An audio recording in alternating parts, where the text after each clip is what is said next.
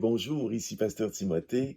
Les paroles qui nous encouragent, les paroles qui nous découragent, les paroles qui nous édifient, les paroles qui nous font nous décourager, les paroles que l'on dit qui sont vaines, que l'on entend aussi, les paroles sarcastiques, les paroles pleines de haine. Il y a toujours une question de paroles dans nos vies pour nous faire avancer, reculer, stagner. Écoutez bien cette histoire parce qu'elle concerne que les paroles que l'on entend et que l'on choisit d'entendre. C'est dans Matthieu 4, Jésus est dans le désert. Et qu'est-ce qu'il fait dans le désert? Bien, il jeûne depuis 40 jours, 40 nuits. Il a très faim. Satan lui-même vient le voir. Il lui dit ceci: si tu es le Fils de Dieu, ordonne que ces pierres deviennent des pains. Vous savez quoi? Satan avait raison, parce qu'il était le Fils de Dieu, il pouvait l'ordonner et cela serait arrivé. Alors, que répond Jésus?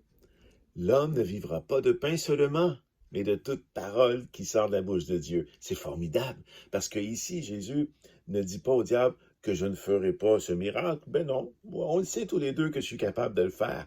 Mais il fait référence non pas aux pierres, mais au pain.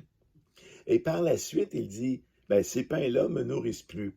Et c'est là qu'intervient Jésus, le professeur, Jésus, qui est capable même d'enseigner au diable que ce qu'il dit, lui, c'est tellement vain. Il dit, bien, l'homme ne vit pas de pain seulement, mais de toute parole qui vient de Dieu.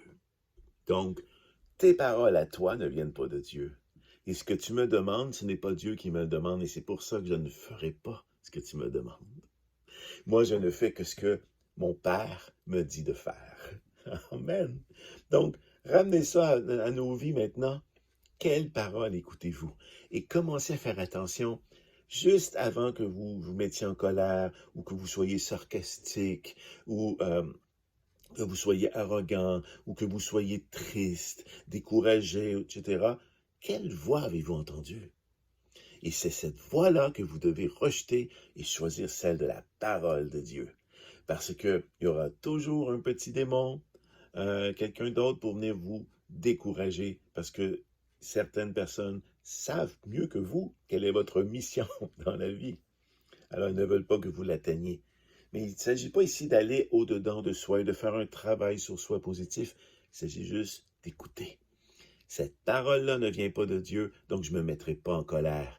Donc, je ne jugerai pas la personne en face de moi.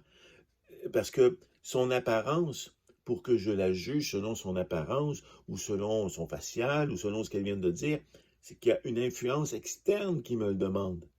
N'écoutez plus Satan, n'écoutez plus ces démons. Connaissez la parole de Dieu et vous faites que dire, moi je choisis d'entendre la parole de Dieu. Donc, plus de colère, plus de médisance, plus de jugement. Et c'est possible de le faire au moment même où ça arrive. Je le pratique moi-même et wow, on fait une vie de sainteté.